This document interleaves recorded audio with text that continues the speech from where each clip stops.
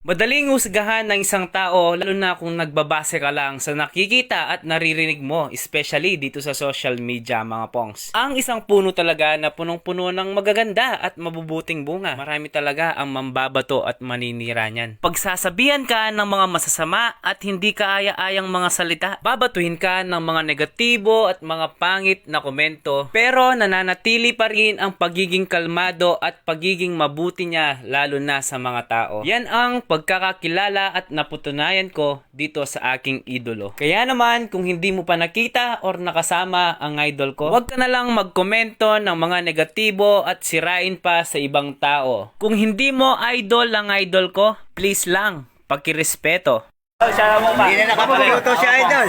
Kongs Kapalan. Idol. Birthday ko na. Congrats. Meron kang nakapalo. Alvena po. Tulungan natin sa pagbablog niya, Idol. Napakaganda.